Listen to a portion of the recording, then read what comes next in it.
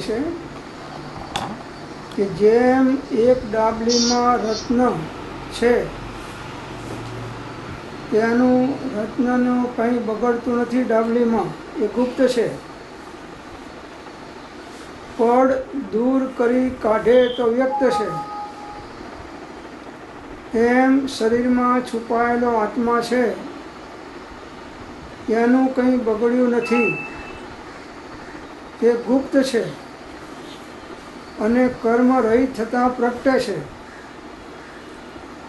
ગુપ્ત પ્રગટ એ અવસ્થા ભેદ છે. એ બંને અવસ્થામાં સ્વરૂપ તો જેવું છે તેવું જ છે. એવો શ્રદ્ધાભાવ એ જ સુખનું મૂળ છે. જેની દ્રષ્ટિ પદાર્થ શુદ્ધિ ઉપર નથી અને કર્મ દ્રષ્ટિથી અવલોકે ત્યાં સુખ કેમ પામે? જેવી દ્રષ્ટિએ દેખે તેવું ફળ થાય, દ્રષ્ટિ એવી સૃષ્ટિ. એક ડાબલીની અંદરમાં કિંમતી રત્ન પડ્યું છે, તો રત્નમાં ડાબલીમાં પડેલું રત્ન એથી કંઈ બગડી જતું નથી, જેવું છે એવું ને એવું જ રહે છે. અને અંદરમાં ગુપ્ત છે. એ બધા પડ ડાબલીના દૂર કરવામાં આવે, ચિત્રા બાંધેલો તો બધા પડો દૂર કરવામાં આવે તો એ વ્યક્ત પ્રગટ જેવું છે એવું થઈ જાય છે. એમાં કોઈ ફેરફાર થતો નથી. ડાબલીમાં રત્ન મૂક્યું હોવાથી કંઈ ફેરફાર થઈ જતો નથી, કપડામાં બાંધ્યું હોય તો ફેરફાર થઈ જતો નથી. રત્ન તો રત્ન જેવું છે એવું જ રહેશે.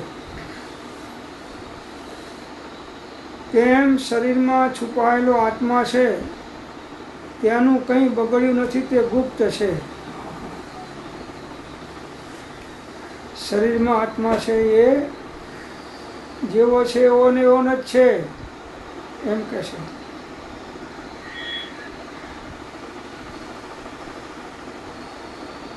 શરીરમાં કરોડો વર્ષ સુધી આત્મા રહે તેનું કંઈ બગડે નહીં, અબજો વર્ષ સુધી રહે તો બગડે નહીં, 33 સાગરોપમ સુધી રહે તો બગડે નહીં, સુધરે નહીં, કંઈ થાય ને જેવો છે એવો ને એવો જ રહે, તે ગુપ્ત છે. અને એ આત્મા જ્યારે કર્મથી રહિત થાય ત્યારે પ્રગટે છે.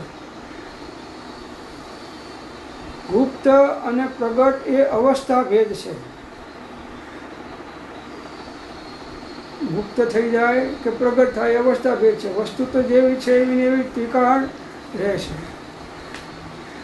એ બંને અવસ્થામાં સ્વરૂપ તો જેવું છે તેવું જ છે. સ્વરૂપમાં તો કંઈ ફેરફાર થતો નથી. જીવ નિગોજમાં જાય તો એના સ્વરૂપમાં ફેરફાર ના થાય. 84 લાખ યોનિના કોઈ પણ પ્રકારના દેહ ધરે તો પણ એમાં ફેરફાર ના થાય. એવો ને એવો છે. આપણે અનાદિકાળથી રખડીએ છીએ, અનંતવાર એક યોનિમાં જઈ આવ્યા, 84 લાખ યોનિમાં, તો પણ આપણું સ્વરૂપ તો એવું ને એવું જ છે. અને અહીંથી મોક્ષમાં જઈશું તો પણ સ્વરૂપ તો એવું ને એવું જ રહેવાનું છે. સ્વરૂપમાં કોઈ ફેરફાર થાય નહીં.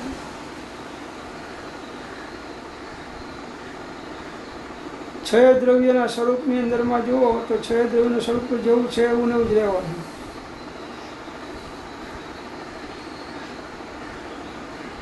એવો શ્રદ્ધાભાવ એ જ સુખનું મૂળ છે. આવી સ્વરૂપની તથા શ્રદ્ધા થવી એ બધાય સુખોનું મૂળ છે.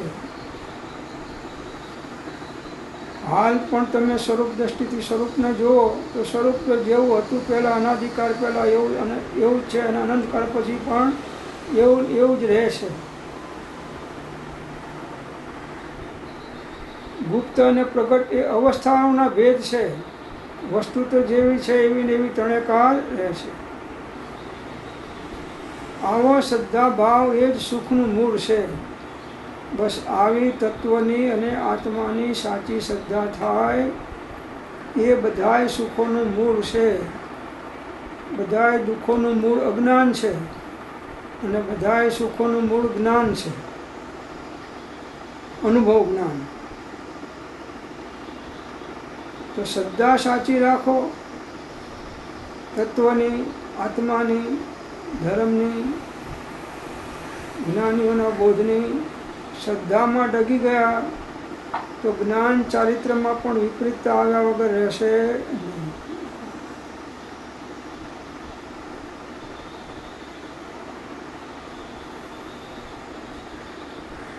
એ જ સુખનું મૂળ છે. સાચી શ્રદ્ધા થાય એટલે સર્વ સુખોનું મૂળ સમ્યક દર્શન છે એમ કહે છે.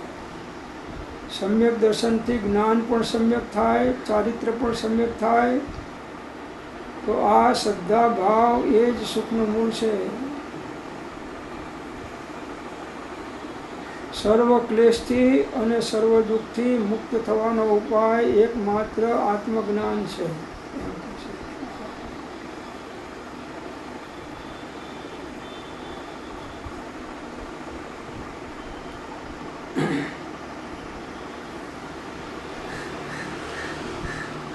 જેની દ્રષ્ટિ પદાર્થની શુદ્ધિ ઉપર નથી,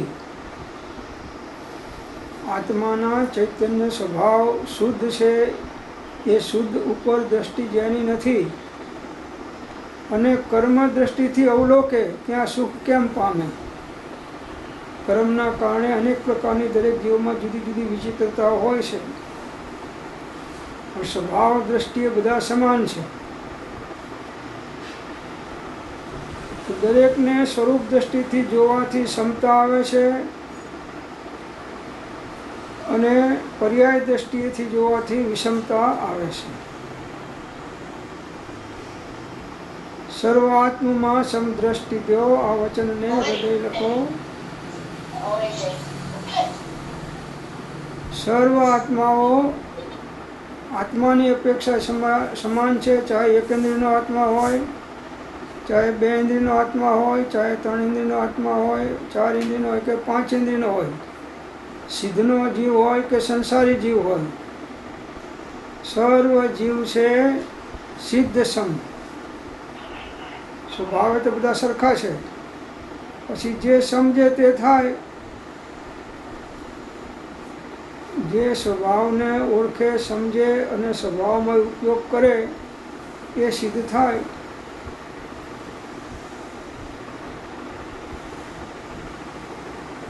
તો જેની દ્રષ્ટિ પદાર્થની શુદ્ધિ ઉપર નથી, પદાર્થના સ્વભાવને શુદ્ધ દ્રષ્ટિથી જોતા નથી અને કર્મ દ્રષ્ટિથી અવલોકે, કર્મના ઉદયના કારણે અનેક પ્રકારની બહારમાં વિચિત્રતા એને અવલોકે, ત્યાં એને સુખ કેમ થાય, સુખ કેમ પામે? તો સ્વભાવની સિદ્ધિ કરે એ જ ધર્મ અનુકૂળ. સ્વભાવનું અવલોકન કરો.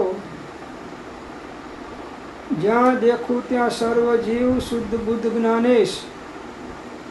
કોણ કોની મૈત્રી કરે, કોની સાથે ક્લેશ, જ્યાં દેખો ત્યાં સર્વ જીવ શુદ્ધ બુદ્ધ જ્ઞાનેશ. એટલે શુદ્ધતા વિચારે ધ્યાવે, શુદ્ધતા મેં કેલી કરે, શુદ્ધતા મેં સ્થિર વહે, તો અમૃત ધારા વરસે. કોઈ પર્યાય દ્રષ્ટિથી કે કોઈ સંબંધની દ્રષ્ટિથી કોઈને જોશો તો એમાં રાગ દ્વેષ થવાના, મોહભાવ થવાના, કે અમારા કુટુંબના છે, અમારા ગ્રુપના છે, અમારી નાતના છે, અમારા ગામના છે, અમુક અમારા સગા છે, અમારા આવો સંબંધ છે, એ દ્રષ્ટિ. સર્વ આત્મામાં સમદ્રષ્ટિ. બધાય આત્મા સિદ્ધ પરમાત્મા જેવા જ છે. કોઈ આત્મા નાનો નથી, કોઈ આત્મા મોટો નથી, કોઈ આત્મામાં એક ગુણ ઓછો નથી, એક ગુણ વધારે નથી. જે તફાવત છે વર્તમાન અવસ્થામાં છે, સ્વભાવમાં તફાવત નથી. તો હંમેશા સ્વભાવ દ્રષ્ટિ કરવાથી ક્ષમતા આવે છે અને પર્યાય દ્રષ્ટિ કરવાથી વિષમતાઓ આવી જાય છે. સ્વભાવની સિદ્ધિ કરે તે જ ધર્મ અનુકૂળ. સ્વભાવની સિદ્ધિ સ્વભાવ દ્રષ્ટિથી થાય છે અને સ્વભાવ દ્રષ્ટિ એ જ ધર્મ અનુકૂળ છે. અને કર્મ દ્રષ્ટિથી અવલોકે ત્યાં સુખ કેમ પામે? કર્મ દ્રષ્ટિથી તો દરેકના કર્મ અલગ અલગ છે, દરેકના સંયોગો અલગ અલગ છે, દરેકની સ્થિતિ અલગ અલગ છે, દરેકના આચરણ અલગ અલગ છે, દરેકના શ્રદ્ધા અલગ અલગ છે, દરેકના જ્ઞાન અલગ અલગ છે. જેવી જેની યોગ્યતા સ્વરૂપે બધા સમાન હોવા છતાંય ભાવોની અંદરમાં અનેક પ્રકારની વિષમતાઓ હોય છે. તો આપણે આપણી શાંતિ માટે બધાને સ્વભાવ દ્રષ્ટિથી જોશું તો શાંતિ રહેશે, અને સ્વભાવ દ્રષ્ટિ મૂકી અને પર્યાય દ્રષ્ટિથી જોશું તો અશાંતિઓ અનેક પ્રકારની ઊભી થશે. તો કર્મ દ્રષ્ટિથી અવલોકે ત્યાં સુખ કેમ પામે? જેવી દ્રષ્ટિએ દેખે તેવું ફળ થાય. એટલે જેવી દ્રષ્ટિ એવી સૃષ્ટિ.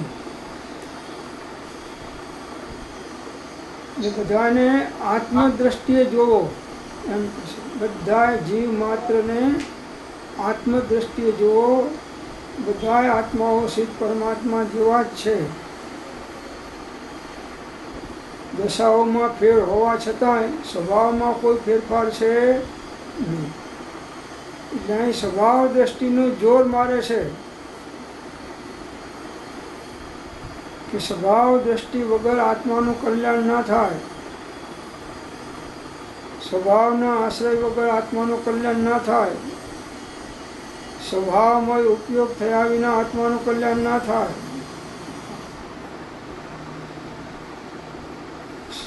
પરનો આશ્રય કલ્યાણ ના થાય, સ્વના આશ્રય સ્વભાવના આશ્રય કલ્યાણ થાય.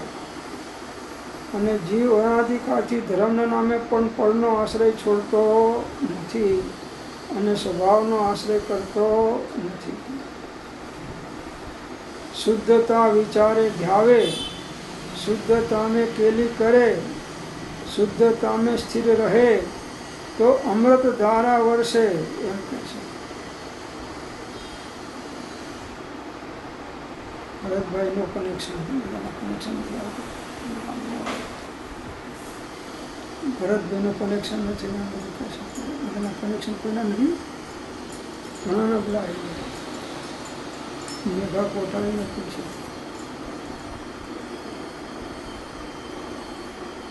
હા સાહેબ, બરાબર છે, બરાબર છે. કનેક્શન નથી, મ્યુટ કરેલું છે એમ. કનેક્શન નથી ને, મ્યુટ કરેલું છે. એ લોકોનો અવાજ અહીંયા ના આવે ને, એને મ્યુટ કરેલું છે. કનેક્શન તો ફૂલ છે. તો સમ્યક દર્શન વગર દ્રષ્ટિ સમ્યક થતી નથી, અસમ્યક રહેશે. અને સમ્યક દર્શનનું મહાત્મ્ય બતાવે છે 6 ઢાળમાં. ત્રીજી ઢાળ છે બતાવે છે કે આ સમ્યક દર્શન જ મોક્ષરૂપી મહેલનું પ્રથમ પગથિયું છે. આ સમ્યક દર્શન વિના જ્ઞાન અને ચારિત્ર સાચાપણું પામતા નથી.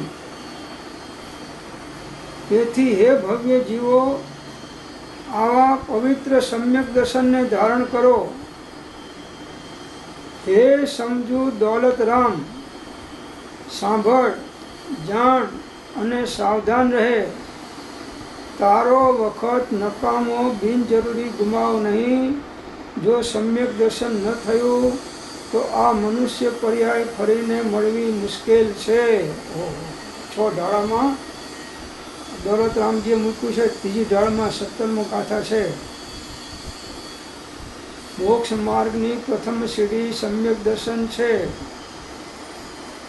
જેમ સીડી વગર મહેલમાં જવાય નહીં, મકાનમાં જવાય નહીં, એમાં સીડી વગર મોક્ષમાં જવાય નહીં. દંશનમ મૂલ્લો ધમ્મો, સમ્યક દર્શન એ ધર્મનું મૂળ છે. અને ચારિત્રમ ખલ્લુ ધમ્મો, ચારિત્ર એ સાક્ષાત ધર્મ છે. સમ્યક દર્શન વગરનું ચારિત્ર પણ સમ્યક હોતું નથી. સમ્યક દ્રષ્ટિનું, સમ્યક દર્શન સહિતનું ચારિત્ર મોક્ષનું કારણ થાય. મિથ્યા દ્રષ્ટિનું બાહ્ય ચારિત્ર મોક્ષનું કારણ થતું નથી. એ તો આશ્રય બંધનું કારણ થાય છે. મહાવ્રત તો આશ્રયબંધનું જ કારણ થાય છે. મોક્ષનું કારણ તો સમ્યક દર્શન જ્ઞાન ચારિત્રને અભેદતા જ થાય છે, અને એ અજ્ઞાનીમાં નથી હોતી. એટલે મોક્ષ માર્ગમાં એક ડગલું પણ સાચું વધી શકતો નથી, ગમે તેટલી સાધના કરે તોય. 12 કલાક 18 કલાક સાધનાઓ કરે, ધ્યાન કરે, તપ કરે, ત્યાગ કરે, માળાઓ કરે, ભક્તિ કરે, સ્વાધ્યાય કરે, સત્સંગ કરે, ગમે તે કરે, પણ સમ્યક દર્શન વગર જીવનું પરિભ્રમણ મળતું નથી. દંશણમ મૂલ્યો ધમ્મો, સમ્યક દર્શન એ ધર્મનું મૂળ છે. તો મોક્ષ રૂપી મહેલનું પ્રથમ પગથિયું છે. મોક્ષમાં જવા માટેનું પહેલું પગથિયું સમ્યક દર્શન છે.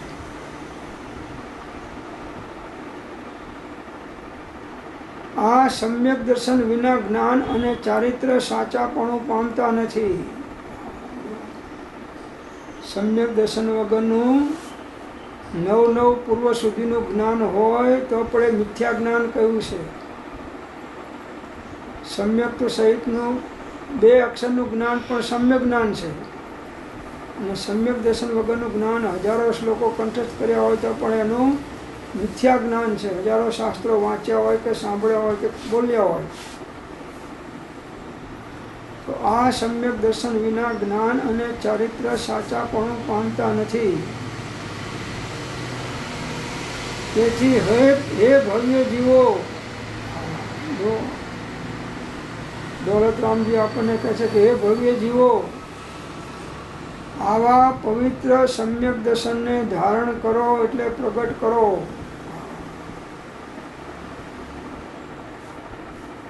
અનાદિકાળથી આપણે અનંતવાર મુનિ થયા, આચાર્ય થયા, પંડિતો થયા, ક્રિયાઓ કરી, ભક્તિઓ કરી, તપ કર્યા, ત્યાગ કર્યા, પણ આ સમ્યક દર્શન ધારણ નહીં કર્યાના કારણે, નહીં થયાના કારણે પરિભ્રમણ ઊભું રહ્યું, પરિભ્રમણનો અંત આવ્યો નહીં. એટલે આ સમ્યક દર્શનને ધારણ કરો. સમ્યક દર્શન કહે છે કે મને લેતા પહેલાં વિચાર કરજો. મને લીધા પછી તમારે મોક્ષ નહીં જવું હોય તો પણ મારે તમને મોક્ષ જ પહોંચાડવા પડશે, એવી મારી દ્રઢ પ્રતિજ્ઞા છે. એટલે આપણે લેતા વિચાર કરીએ છીએ કે ચાલો લીધા પછી જો મોક્ષે જતા રહે પછી આ બધાનું શું થશે દુનિયામાં.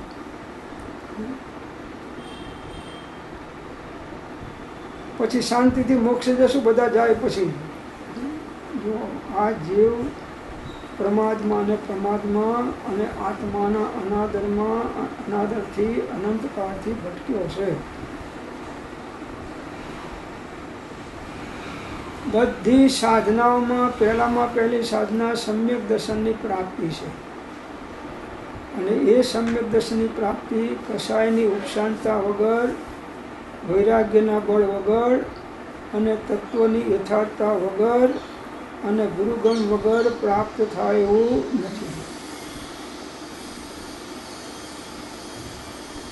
બધાને સમ્યક દર્શન લેવું તો છે, પણ એની કિંમત ચૂકવવા કોઈક વિરલા જીવો તૈયાર હોય છે. બાકી તો બધાય ઠીક છે, મળે તો લઈ લે, નહીં તો પછી અમારે ક્યાં ભાવના ટોટા છે, બીજા ભાવમાં અમે કરશું.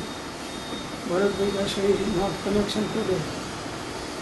ભરતભાઈ સાહેબ તમે એ બધું વાંચો નહીં, બધા મેસેજ આવે છે, તમે ચાલુ કરો.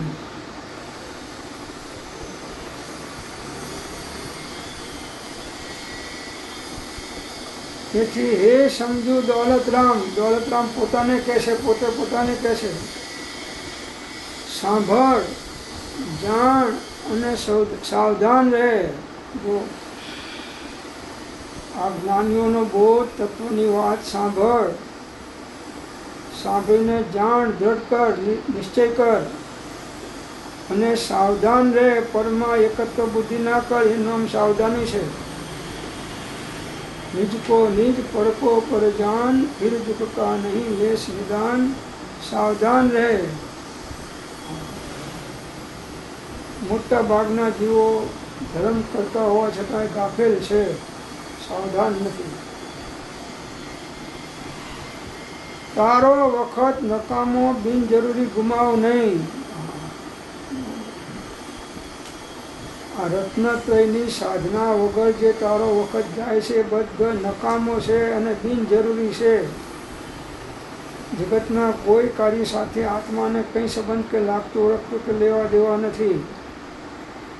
કોઈ જગતના પ્રપંચોમાં દેહને સાચવવા, કુટુંબીજનોને સાચવવા, બધા વ્યવહારને સાચવવા, લૌકિક કાર્યોની અંદરમાં જીવ પોતાનો કિંમતી સમય વેડફી નાખે છે. આ જ એનું અજ્ઞાન છે. સમયમ ગોયમ માપમાએ, હે ગૌતમ, એક સમય પણ પ્રમાદ કરશો નહીં. પ્રમાદ પરમ વિપુલ છે.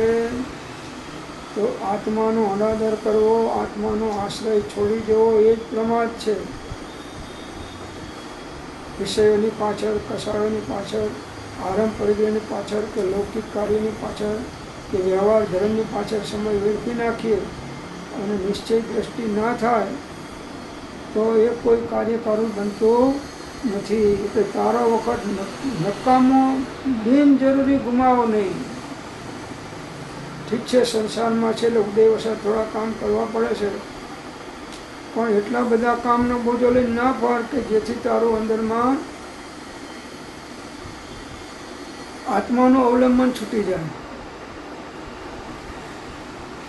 આત્માનું અવલંબન ના રહે. એટલા માટે એ બધું બળ સત્સંગની અંદરમાં મળે, જ્ઞાનીઓના બોધની અંદરમાં મળે, સતશાસ્ત્રોમાં મળે. એટલે સત્સંગ અને સતશાસ્ત્રોનો અભ્યાસ અને આશ્રય વિશેષ કરતા જાઓ. થોડો ટાઈમ તમે સત્સંગ નહીં કરો તો ચડેલી આત્મશ્રેણીથી પણ જીવોનું પતન થઈ જાય છે. 10મા માળ ઉપર પાણી ચડાવતા હોય ઇલેક્ટ્રિક મોટરથી નીચેની ટાંકીમાંથી, અને છેક 10મા માળે ચડેલું પાણી પણ ઇલેક્ટ્રિક મોટર બંધ થઈ જાય તો પછી નીચેની ટાંકીમાં આવી જાય છે.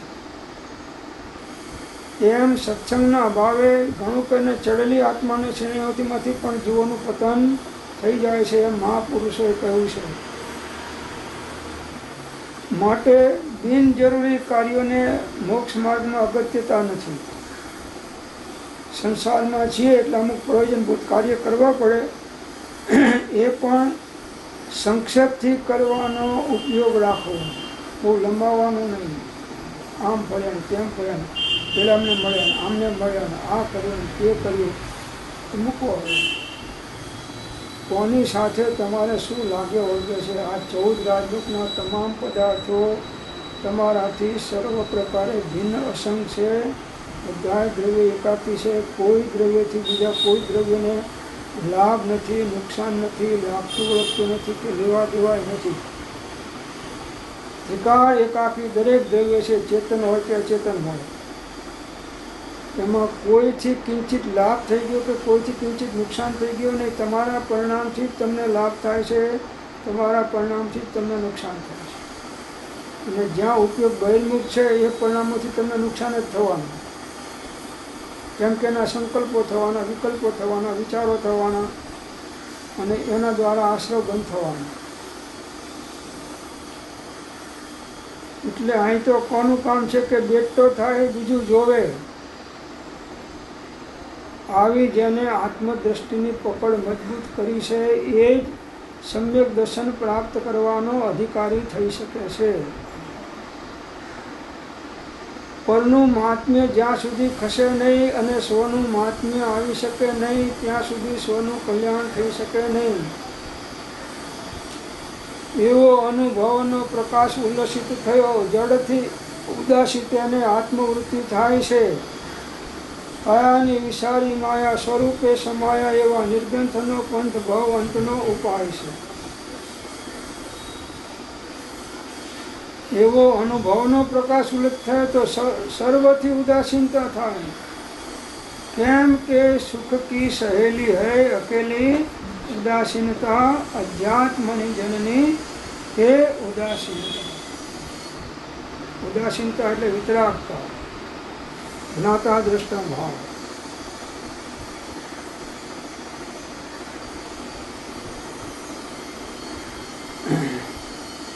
એટલે તારો વખત નકામો બિનજરૂરી ગુમાય નહીં.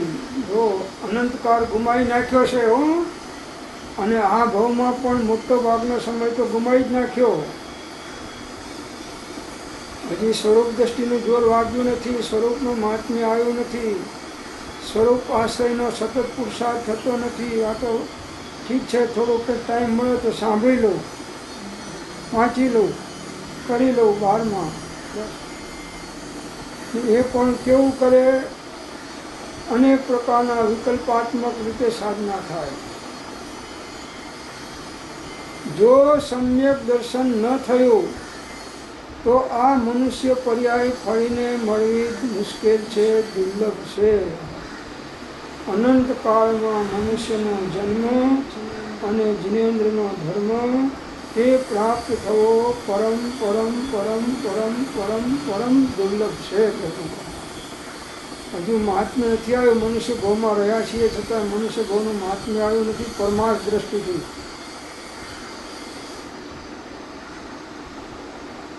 હજુ બિનજરૂરી વ્યવહારના કાર્યમાં જીવ સમય વેડફી નાખે છે. પછી ખતરણી શામાં કરે, આ તો મારી ફરજ હતી, આ તો મારો ઉદય હતો, હું તો આમાં નિમિત્ત હતો, એમ કહીને પોતે અંદરમાંથી કોરો બહાર નીકળી જાય છે. પણ પરિણામે બંધ થાય છે એ તો હકીકત છે. પરિણામે બંધ થાય છે એ તો હકીકત છે. એટલે કૃપાળુજીએ કહ્યું છે કે પોતે પોતાનો વેરી, આ તે કેવી ખરી વાત. પોતે પોતાનો વેરી એટલે પોતે પોતાના સ્વરૂપનું અવલંબન છોડી દે, પોતાનો વેરી જ છે.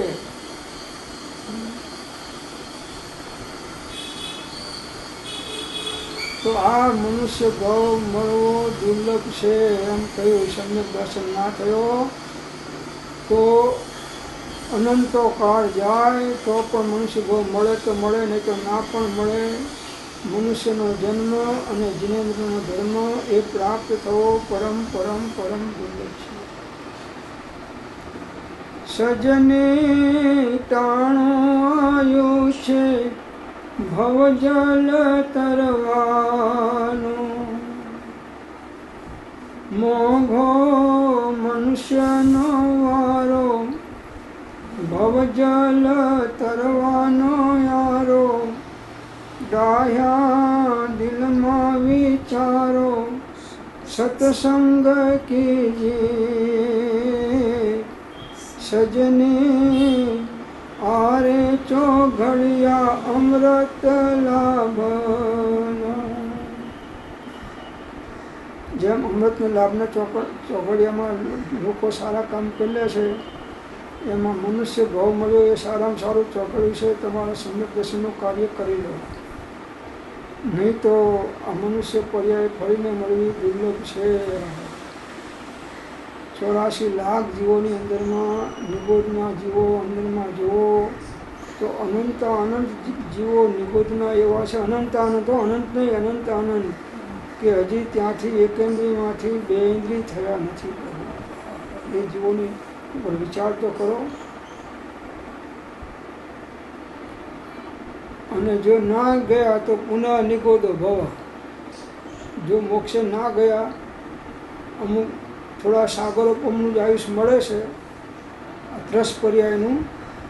પછી જો ત્રસ પર્યાયમાં મનુષ્ય ગૌમાં કામ ના કર્યું તો પછી જીવ એકેન્દ્રિય આદિમાં નિયમથી જતો રહેશે.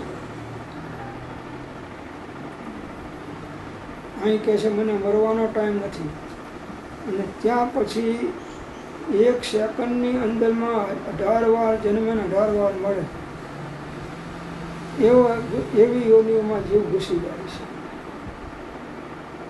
આ સંયોગો ક્યાં સુધી રહેવાના છે? જેના છે એના. ચેતન પદાર્થ હોય કે અચેતન હોય, સગાવાલા હોય, મિત્રો હોય, કુટુંબ હોય, ધન હોય કે ગમે તે હોય, ક્યાં સુધી સંયોગો રહેવાના છે?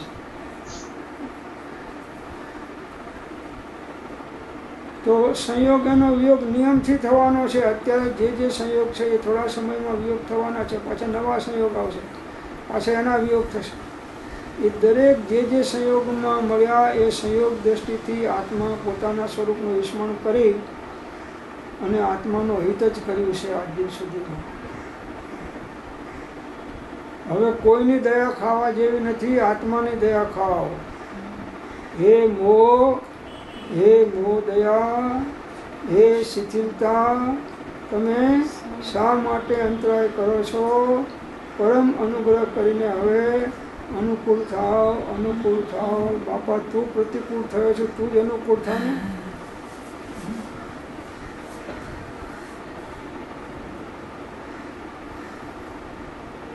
માટે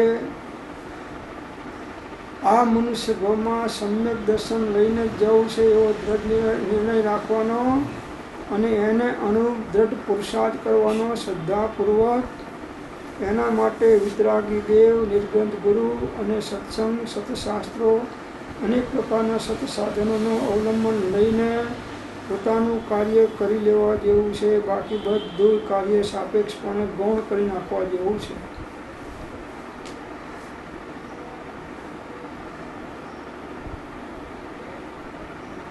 ખેતર ખેડાઈ ગયું અને અનાજ વીણી લીધું, પછી ચીડિયાઓ ચકલાઓ ખાવા આવે તો ના મળે તો બધું ચૂક ગઈ ચીડિયા ખેત. જ્યારે અનાજના દાણા હતા ત્યારે ખાઈ લીધું તો બરાબર હતું. હવે અનાજ વીણાઈ ગયું બધું અને ધરતી ખેડાઈ ગઈ, હવે તને ક્યાંથી મળવાનું છે? એમ મનુષ્યનો ભાવ છે ત્યાં સુધી કરી લો. પછી કાગડા કૂતરાના ભાવમાં મનુષ્ય ભાવમાં નથી કરી તો કાગડા કૂતરાના ભાવમાં શું કરશો? અને એ કાગડા કૂતરાના ભાવમાં તો સારા છે તો પંચેન્દ્રિય સંઘની છે, પણ એનાથી નીચેની યોનિમાં ઉતરી ગયા તો ખલાસ. વૈરાગ્યના બળ વગર સ્વરૂપ દ્રષ્ટિ થવી અઘરી છે. એટલે વારંવાર બાર ભાવનાઓનું ચિંતન મનન કરીને વૈરાગ્યનું બળ વધારો. ત્યાગ વૈરાગ્ય ન ચિત્તમાં થાય ન તેને જ્ઞાન, અટકે ત્યાગ વૈરાગ્યમાં તો ભૂલે નિજ ભાન.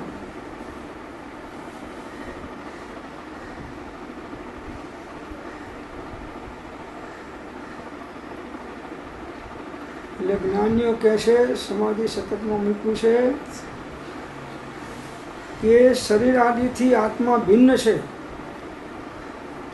એ વાત ઘણીવાર ગુરુ મુખેથી સાંભળે તથા બીજાઓને તેવો ઉપદેશ પણ આપે વારંવાર, છતાં જ્યાં સુધી આત્માને શરીર આદિથી દ્રઢપણે ભિન્ન અનુભવે નહીં ત્યાં સુધી જીવ મુક્તિ લાયક બની શકે નહીં. આ સમાધિ શતકમાં 81મી ગાથામાં મૂક્યું છે પૂજ્યપાદ સ્વામી. શું કહે છે કે શરીર આદિથી ભિન્ન આત્મા છે એ વાત ઘણીવાર ગુરુના ઉપદેશમાં સાંભળે, શાસ્ત્રોમાં વાંચે છે. દેહાદિથી ભિન્ન આત્મા રે, ઉપયોગી સદાય વિનાશ મૂળ માર્ગ, સાંભળો જીનનો રે. એમ જાણે સદગુરુ ઉપદેશથી રે, કયું જ્ઞાન તેનું નામ ખાસ મૂળ માર્ગ, સાંભળો જીનનો રે. તો શરીર આદિથી આત્મા ભિન્ન છે એ વાત ઘણીવાર ગુરુ મુખેથી સાંભળે, શાસ્ત્રોમાં વાંચે, બીજાને કહે, બીજાને આવો ઉપદેશ પણ આપણે હો તમે આત્માનું કરી લેજો નહીં તો મનુષ્યભાવ નિષ્ફળ જશે.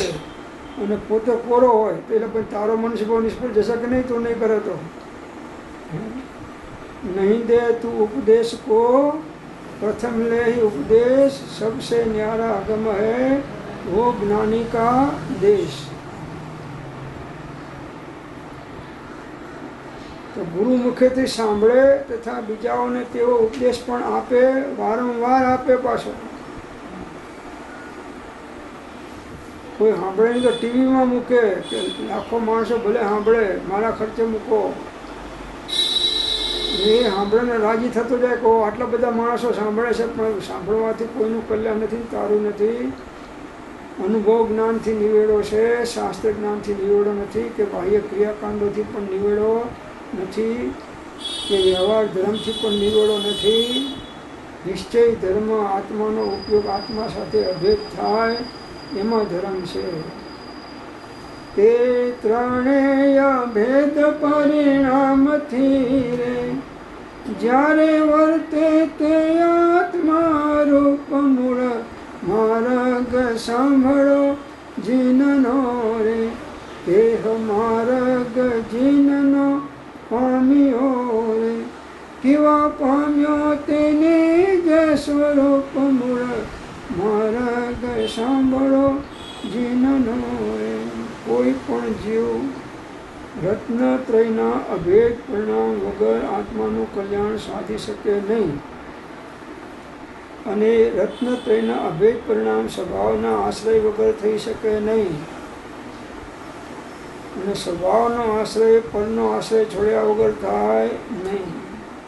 એટલે પરમાંથી ખસ, સ્વમાં વસ, આટલું કરે તો બસ, અને નહીં તો 84માં ફસ.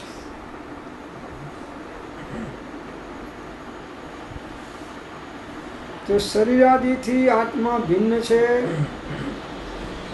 એ વાત ઘણીવાર ગુરુ મુખેથી સાંભળે તથા બીજાઓને પણ તેવો ઉપદેશ આપે,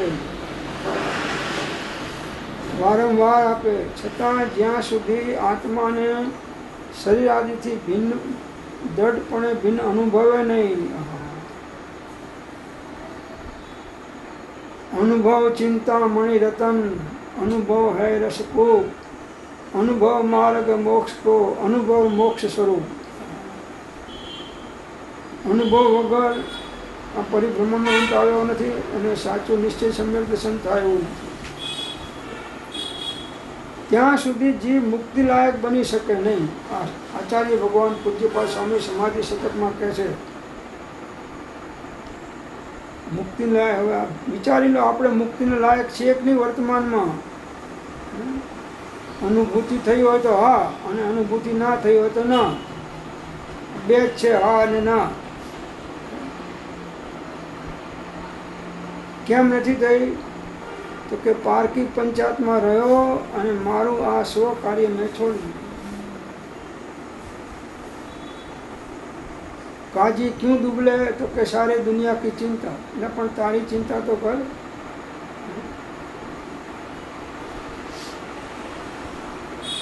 જીવને ઉપદેશ દેવા બેસાડો તો અરવિંદ પરમાત્મા કરતાં એનો ઉપદેશ મોટો હોય. અરવિંદ ભગવાન દિવ્ય ધ્વનિ છૂટે એના કરતાં આનો ઉપદેશ ઘણો મોટો હોય. તો અંદરમાં કોરો. કેવલી પાસે ગયો તો પણ રહી ગયો કોરો, ઢાકો. 100 ઇંચ વરસાદ પડે પણ રેઇનકોટ પહેર્યો હોય અને અંદરમાં ટીપું પાણી ઉતરે નહીં, કપડું જે સહેજે ભીનું થાય, એમ આપણે રેઇનકોટ પહેરીને સત્સંગ સાંભળીએ છીએ એટલે આપણે કલ્યાણ સાધી શક્યા નથી. હવે રેઇનકોટ કાઢો અને થોડા ભીજાઓ જ્ઞાનીઓના બોધથી, તો કામ થશે.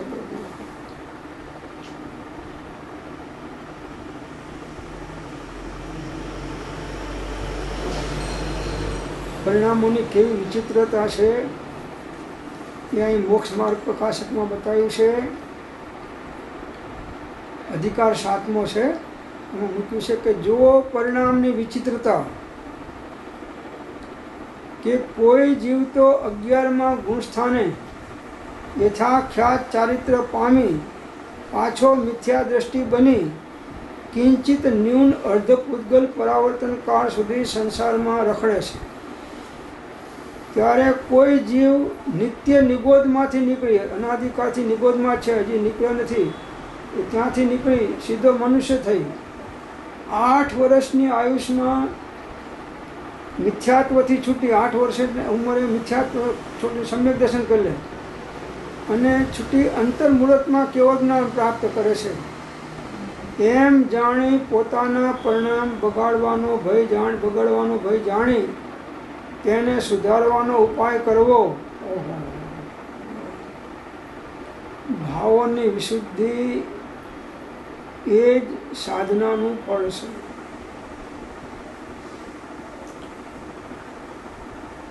તત્વોના ચિંતવનમાં ભાવવાની વિશુદ્ધિ થાય, આત્માના અવલંબને ભાવવાની વિશુદ્ધિ થાય, કોઈ પણ સત સાધનના અવલંબને ભાવની વિશુદ્ધિ થાય. પરિણામોની ઘણી વિચિત્રતા છે. એ કોઈ ગરીબ માણસ આવે ને આપણે એમ થયું કે આને કંઈક આ જમાડું, 50 રૂપિયાનું કંઈક ખવડાવું એને,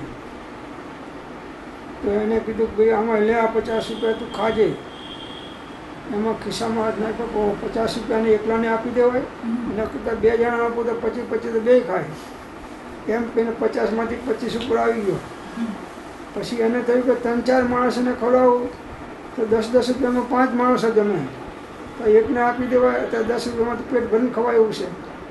આમ કરતાં કરતાં એ 50ની નોટ કરતાં કરતાં રૂપિયાની અંદરમાં એનો સોદો પોતે છે. 1 રૂપિયા આગળ પૂરું થયું. પરિણામોની વિશે હતી દિન તાઈ તારે તાકી પટેલાઈ, અને મળી પટેલાઈ તારે તાકી હે મંત્રિતાઈ, અને મળી મંત્રિતાઈ ત્યારે તિથિ નુપતાઈ, અને આવી નુપતાઈ ત્યારે તાકી દેવતાઈ. અહો રાજચંદ્ર જુઓ તૃષ્ણા કેવી, કે તૃષ્ણા જ ન જાય રામ મરીને મરાઈને. આ તૃષ્ણા મળતી નથી. જેમ જેમ મળે છે તેમ તેમ એને ઓછું જ લાગતું જાય છે. પહેલાં એમ હતું કે રોજના 5-25 મળે ઘર ચાલે ને આપણે ખાવા પીવાનું મળે બહુ થઈ ગયું. હવે એના બદલે 500 મળે છે તો સંતોષ છે નહીં. 5000 મળે તો સંતોષ થાય નહીં. 5 લાખ મળે તો સંતોષ થાય નહીં. અને મહિનામાં 5 કરોડ મળે તો પણ સંતોષ થાય નહીં. તો સંતોષી નર સદા સુખી, અને તૃષ્ણાવાન જીવ સદાય દુઃખી. જે મળ્યો અડધો રોટલો મળીને પણ કટકો બટકો ખાજે, પણ રાણક પૂરતો જાજે, એમ કહે છે. થોડું ઘણું પતાવીને પણ આત્માનું કલ્યાણ સાધી નાખો. બહુ વ્યવહારમાં પહોળા ના થાઓ, બહુ સમાગમની અંદરમાં ના રહો, નહીં તો આ બધી અજ્ઞાનીઓના સમાગમની અંદરમાં પણ જ્ઞાનીઓનો બોધ પકડ્યો હોય એ બધો હોમી જવાય છે. એનું જોર નથી વાગતું. પરિણામોની વિચિત્રતા છે.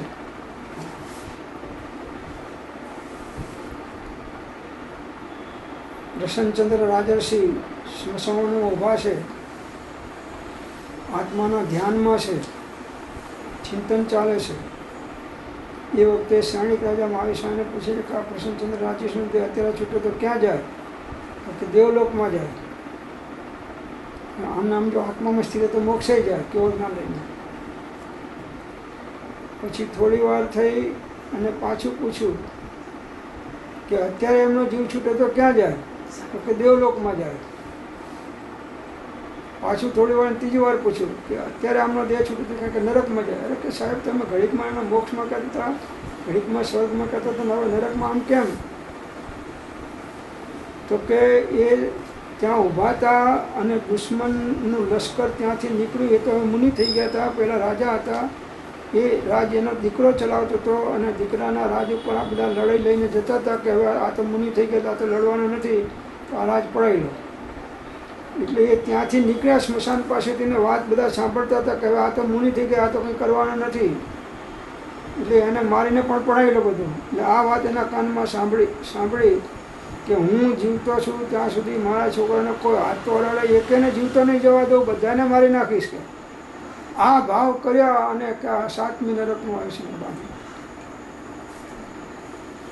12માં મુનિ હોય છતાંય પણ જો એના ભાવ બગડી ગયા, કે ગમે એવો સાધક હોય એના ભાવ કોઈ પણ પ્રકારે વિષય કસાય કે આરંભ પરિક્રમા થઈ ગયા, તો બંધ તો પરિણામ અનુસાર થયા વગર રહેતો નથી. તો કેટલાય જીવો ઉપસમ શ્રેણીમાં 11મા ગુણ સ્થાનક સુધી ચડે છે. આત્મજ્ઞાની મુનિ ચડી શકે, કોઈ ગ્રસ્ત તો ચડી શકે નહીં. આત્મજ્ઞાની મુનિ ધ્યાનની અંદરમાં શુક્લ ધ્યાનમાં ચડ્યો છે. 11માં 8માંથી ઉપર તો શુક્લ ધ્યાન છે. શુક્લ ધ્યાનમાં ચડ્યો છે.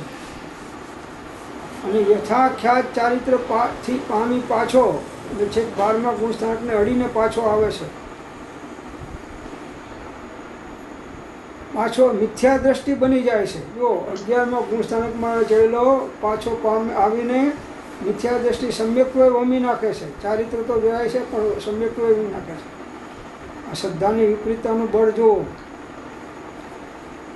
જુઓ પરિણામની વિચિત્રતા કે કોઈ જીવ તો 11મા ગુણસ્થાને યથાખ્યાત ચારિત્ર પામી પાછો મિથ્યા દ્રષ્ટિ બની કિંચિત ન્યૂન અર્ધ પૂતગલ પરાવર્તન કાળ સુધી સંસારમાં રખડે છે. પહેલાં સમ્યક દ્રષ્ટિ થયો હતો એટલે સમ્યક દર્શન થાય પછી વધારે વધારે અર્ધ પૂતગલ પરાવર્તન કાળમાં તો જીવ મોક્ષે જતો રહે. પણ વમી ગયો તો છેક નિબોધમાં ગયો અને એકેન્દ્રીમાં બેન્દ્રીમાં અનંતો કાળ રખડ્યો. અર્ધ પૂતગલ પરાવર્તન કાળ એટલે ઓછો કાળ નથી. ત્યારે કોઈ જીવ બીજો કોઈ જીવ નિત્ય નિગોદમાં થાય. હજી નિગોદમાંથી નીકળેલો નથી, પહેલી વખત જ નીકળે છે નિત્ય નિગોદમાંથી. કોઈ એવા પરિણામ અવક્ત પણ એના થઈ જાય છે સારા, તો એ નિગોદમાંથી નીકળી અને મનુષ્ય થઈ જાય છે.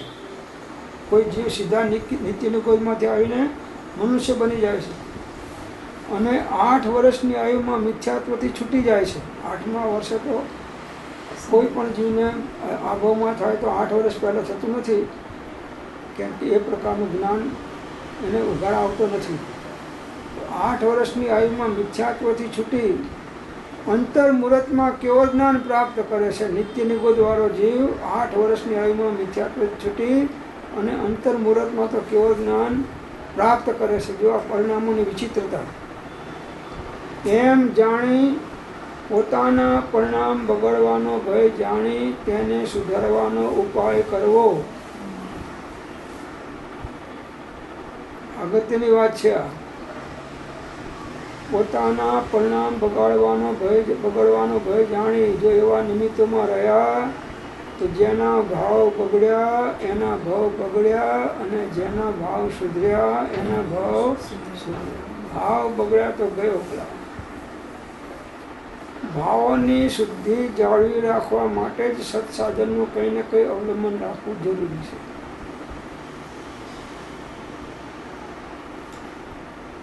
એ તો અનાદિકાળનો જે બાજુનો ઢાળ છે એ બાજુ ઢળી જતા જીવને વાર લાગતી નથી. ગમે એટલો બળવાન જીવ હોય તો પણ અનાદિ ઢાળના સંસ્કાર તો એના મિથ્યાત્વના અજ્ઞાનના પડેલા જ છે. એટલે જ્યાં એવા નિમિત્ત મળે છે એ નિમિત્તાધીન થઈ જાય છે અને આત્માનું હિત ચૂકી જાય છે.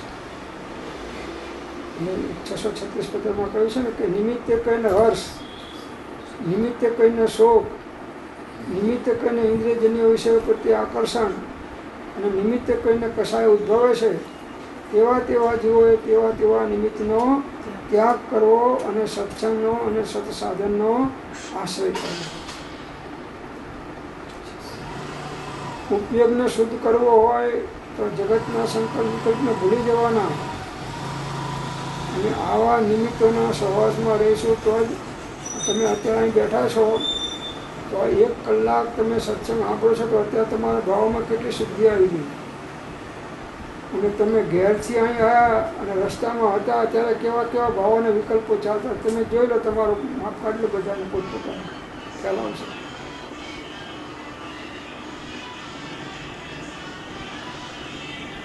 આઠ વર્ષની આયુમાં મિથ્યાત્વથી છૂટી અંતર્મુહૂર્તમાં કેવળ જ્ઞાન પ્રાપ્ત કરે છે નિત્ય નિગોદવાળો જીવ.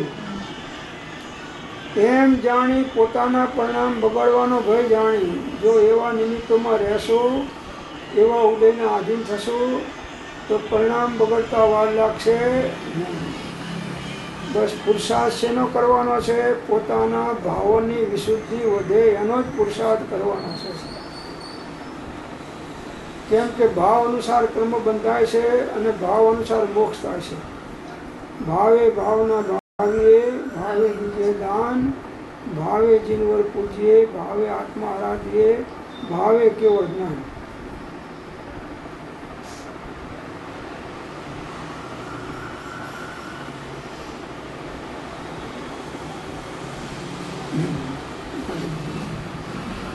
ચાલુ રાખો.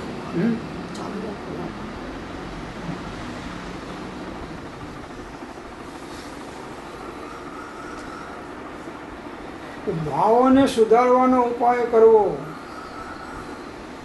તમારા વતી હું ઉપાય કરું તો તમારા ભાવ સુધરે કે ના સુધરે? કોને કરવાનો ભાવ સુધારવાનો ઉપાય? પોતાને કરવાનો.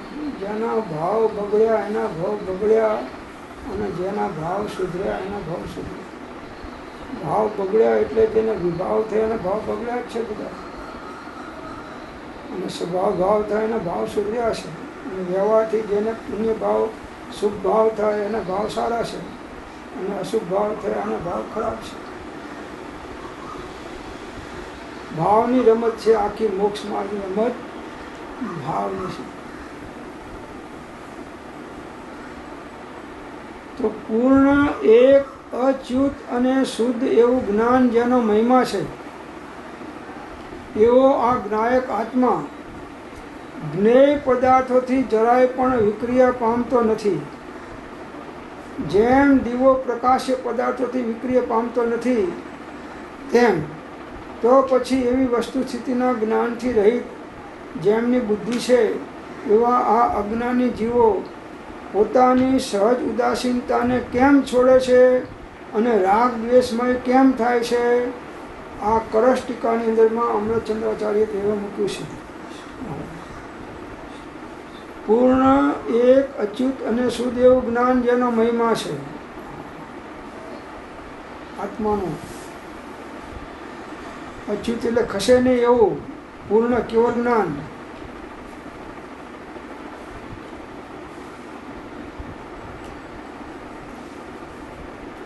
પૂર્ણ એક અચ્યુત અને શુદ્ધ એવું જ્ઞાન જેનો મહિમા છે, એવું આ જ્ઞાયક આત્મા, આ ભગવાન જ્ઞાયક દેવ છે. જ્ઞાયક આત્મા જ્ઞેય પદાર્થોથી જરા પણ વિક્રિયા પામતો નથી. ગમે એટલા જ્ઞેયોને જાણે તો પણ એ જ્ઞેયરૂપ થતો નથી, જ્ઞેયાકાર થતો નથી. એ જ્ઞાનાકાર જ રહેશે ને જ્ઞાનરૂપ જ રહેશે. જેમ દીવો પ્રકાશ્ય પદાર્થોથી વિક્રિયા પામતો નથી. દીવો મકાનમાં અંધારામાં મૂક્યો હોય તો બધા પદાર્થો પ્રકાશ પામે, પણ દીવો પ્રકાશ્ય પદાર્થોથી વિક્રિયા પામતો નથી. દીવો તો દીવારૂપ જ રહેશે નથી. તેમ તો પછી એવી વસ્તુ સ્થિતિના જ્ઞાનથી રહિત જેમની બુદ્ધિ છે, આવા સત્ય જ્ઞાન, સિદ્ધાંત જ્ઞાન, યથાર્થ જ્ઞાનથી રહિત જેની બુદ્ધિ છે, એવા અજ્ઞાની જીવો પોતાની સહજ ઉદાસીનતાને કેમ છોડે છે અને રાગ દ્વેષમય કેમ થાય છે? અજ્ઞાની કેમ કે અજ્ઞાન છે. સહજ ઉદાસીનતાને વિતરાગતાને કેમ છોડે છે? ઉદાસીનતા એટલે વિતરાગતા. સુખ કી સહેલી હૈ અકેલી ઉદાસીનતા અધ્યાત્મની જનની. એ ઉદાસીનતા, આ સહેજ ઉદાસીનતાને કેમ છોડે છે? વિતરાગ ભાવને કેમ છોડે છે?